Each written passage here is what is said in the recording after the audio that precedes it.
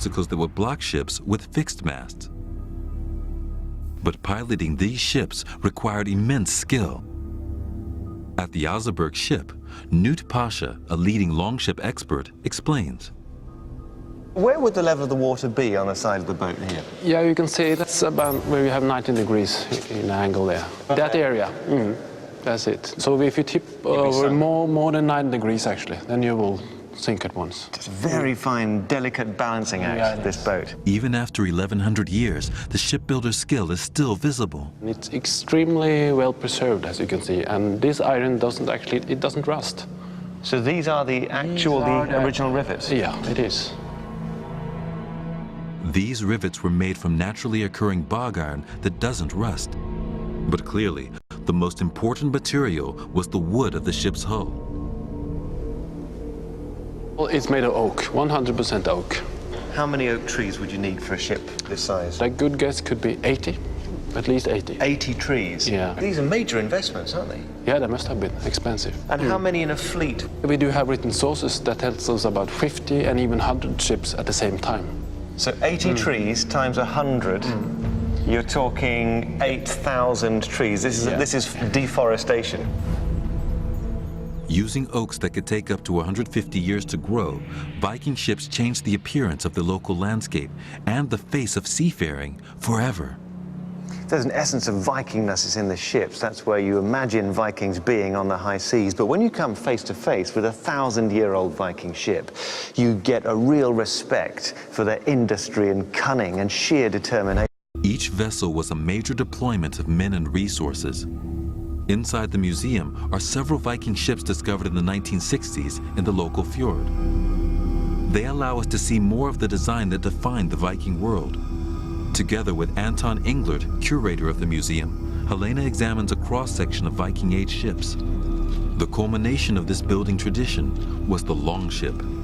Decades of experimentation and experience had produced a near-perfect form. So this was a true Viking longship used to enforce the law?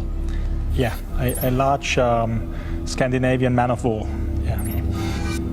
All Viking ships, including the man of war, share key characteristics. First, the keel and crossbeams were attached to the stem and stern posts. Strengthening ribs supported a deck at the center of which sat the mastfish. The planks of the ship, called strakes, overlapped vertically. They were held together with rivets. Only 12 feet wide, this ship was 100 feet long. The final phase added the shield hooks, oars, rudder, mast, rigging, and sail. The man of war carried 70 to 80 Vikings, 60 of which rowed at any one time. Its shallow draft meant that it could go almost anywhere. This vessel had a draft not more than 3 foot or 1 meter. And this would make it possible to sail up any river in Europe. So these were incredibly sort of flexible vessels in the sense that you could cross an ocean in them, you could go up and down a coast, and you could actually sail quite far inland. Yeah, you could call them amphibious vessels. By building a reconstruction here at Furkat, archaeologists have realized that longhouses required just as much effort and expertise to construct as the Viking longships. But questions still remain about the reasons for their unique design.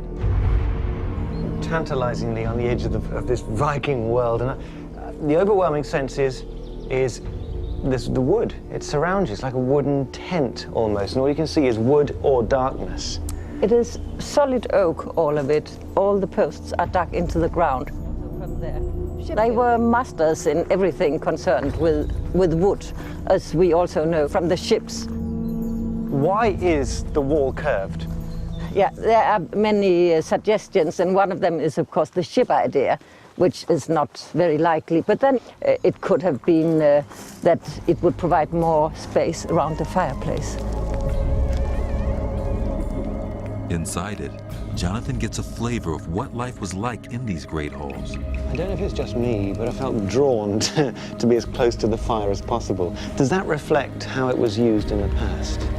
One of the great things in the great halls was performances of poetry. There were also all sorts of acrobats and things.